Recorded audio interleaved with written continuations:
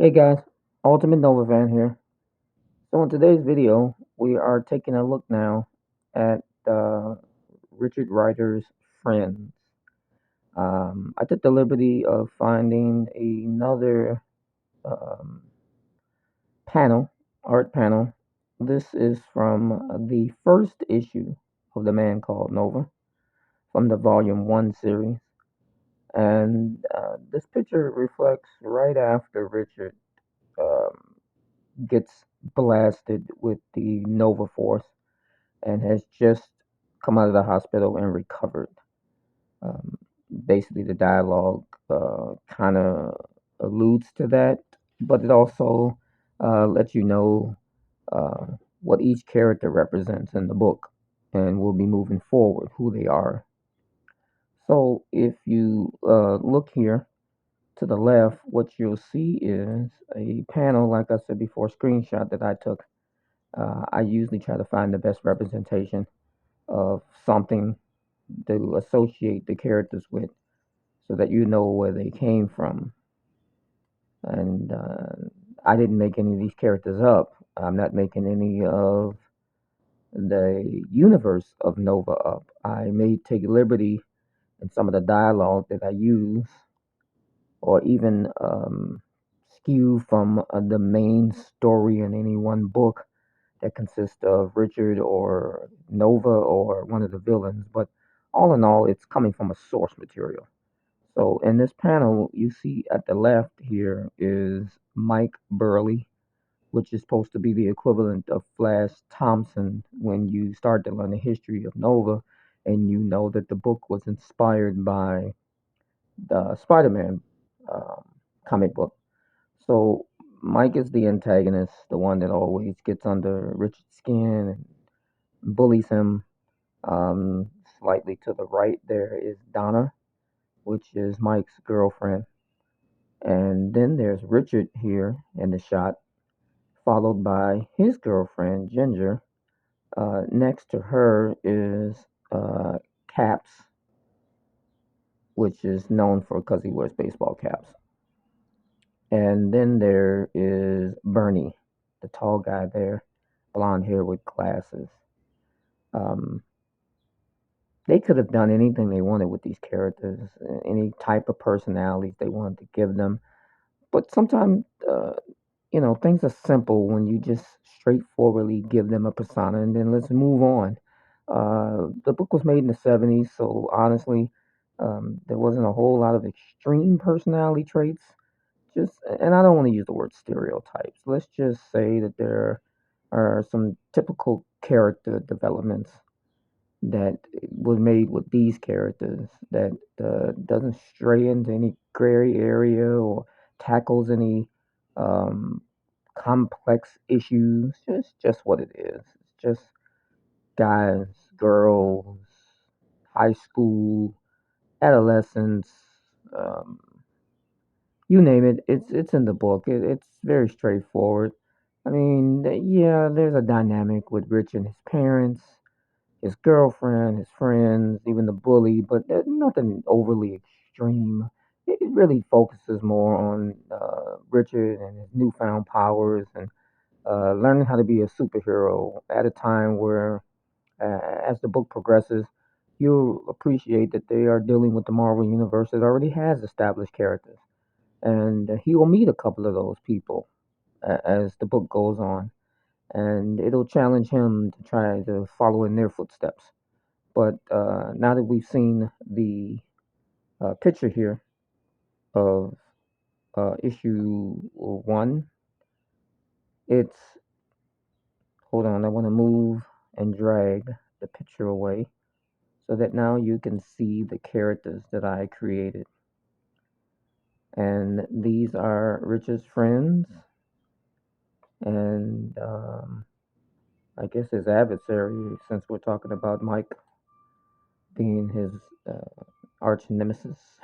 Everybody's got to have one of those, right?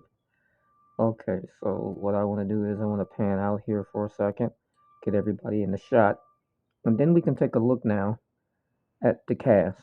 So from left to right, you have Ginger, his girlfriend, which I again, all these characters I've taken a look at, all the clothes that they wear, the style of their hair, um, the height uh, in comparison to each character, and it's challenging, guys, when you're trying to create images that aren't fully fleshed out. There isn't a lot of pictures that show characters from every single angle, nor would I suggest to anybody to spend that much time on a project that's a pet project that you're not trying to gain any notoriety from or make anything or even just pat yourself on the back. So Ginger's clothes comes from I want to say issue 4. Cap is just what it is. It took me forever to get that hat created. Bernie was simple enough because he did wear a jacket in one of the issues. He's got his typical glasses. I think his hair is a little bit more curly. Um, Mike just consisted of a guy with a big upper body, that whole big tough guy look. The hair, not so much accuracy, more than color. Everybody has a sort of similar color to their hair. Donna is that 70s, look girl, beach blonde. You go back and watch any 70s shows or 70s movies, you'll see it. I'll leave that up to you to decipher what that means. But there isn't a lot of stretch to the imagination here. These characters were my creations looking at still image pictures of a lot of comic book panels. And considering I wanted to really make it look like a cartoon other than photorealistic, I have to say, again, I have said this before, I'm going to keep saying this throughout my videos, that it's something to be said, guys, about when you tap into something that is, it's you're doing something. I was going to use the word great. I'm going to hesitate to use the word great. Let's call it rewarding. I still look at this stuff that I'm doing and I'm in awe of how it's coming out of my head and going onto the screen. And I want to mention to people without sounding like I'm bragging that I have no formal education in animation or art. I was born with the natural ability to put a pencil in my hand and look at something and draw it. And I loved doing that. And then as an adult, I didn't do it. Went out and got a job and worked hard and earned an income and acquired some stuff and met some people and had some relationships. And but art has always been there in my brain. And after years of never picking up a pencil and devoting to a craft, I did. And initially, my art was terrible to me. It embarrassed me to even call myself an artist. And then I realized I still had a gift of looking at something and drawing it. And I thought, can I use that? Sure, I can use that. So the first thing I did was I just got a piece of paper and a pencil and I doodled a lot. And I recreated the shapes. I even found mannequins and took those and drew the anatomy, the perspectives of the heads, left and right, up and down, the bodies, left and right, side to side. Hair. I took months, even a few years of just drawing hair.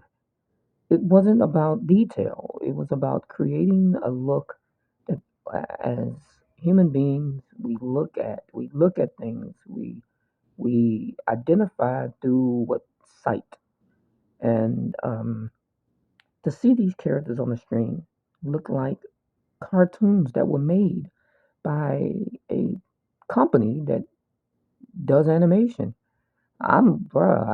People, let me tell you, I'm good. I am good because if I never achieve a level of animation that I think I'm capable of or that I could be capable of, I'm good because everything I've drawn, it it it brings such a warm place in my heart. I've also taken on the task of learning how to draw backgrounds, which was so aggravating. And then all of a sudden it started happening, and this process of developing these characters and trying to figure out what I'm going to do with them, I took a lot of time to start training and teaching myself how to do backgrounds. Now, again, here we go.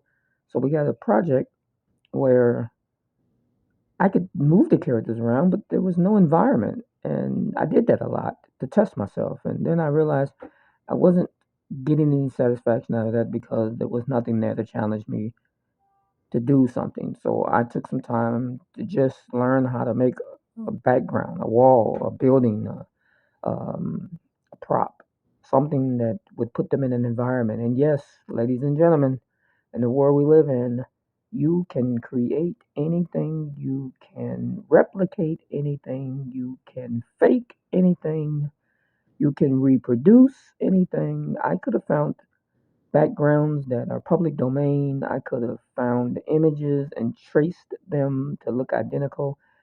I took the time to create from scratch every background you will see moving forward and called it my own. It was a challenge, it was time consuming, and some would say if you're trying to do something, you should give yourself as many shortcuts to make it as easy. And I initially thought I could use stock images, but it was not rewarding. Didn't feel like I had created it. And I'm a guy who likes to take credit for as much creation that I can.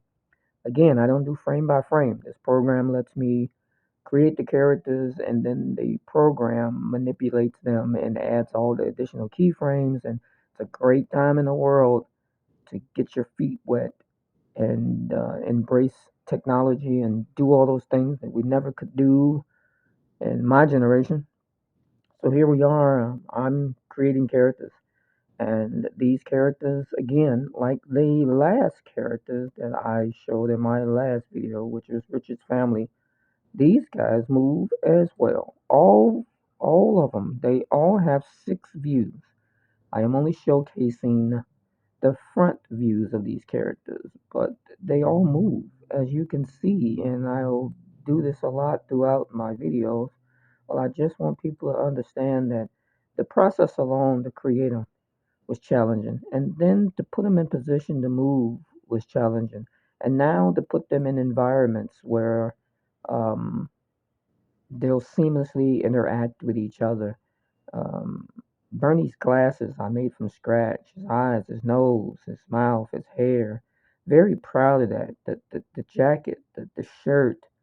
My goodness, I I'm gonna be rambling here for a couple of seconds before we close out this video. But as a guy who never took a animation course in his life, who looked at a hell of a lot of videos, um, who listened to a lot of people talk about their process.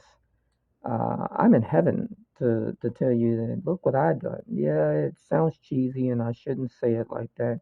I sound like a little kid, but um, there's there's something to be said about what it is that I've done, and I'm just enjoying it so much because I would love to be able to do better. I would love to be able to give this such a vast range of production value, and it's not in me yet. Maybe one day it will be, and by then, like I said again, Nova will be in our conscious. He'll be a everyday thing, if you will, and in that regard, that's fine. I don't care. I don't want to be famous. I just want to share with anybody out there who needs somebody to give them a feeling that things can be done. We all know that now because we see it, but the connections that we make, I think, is important. And if I'm that guy who said, man, I never thought I would care enough to get into a project like this, here we go, guys. Let's get it done. So I'm far from finished with anything in terms of the whole body of work, but I have accomplished some stuff, and there's small levels of gratification, and I'm gonna share it with everybody. And who knows? We'll get something. You'll get something. We'll all be better for this experience, I believe, in one way or another. The guy who never makes any time to do anything, the guy who says my art isn't good enough, my animation isn't good enough, my stories aren't good enough. Forget all that. Make a mess, um, get a little bit insecure, and then get over it.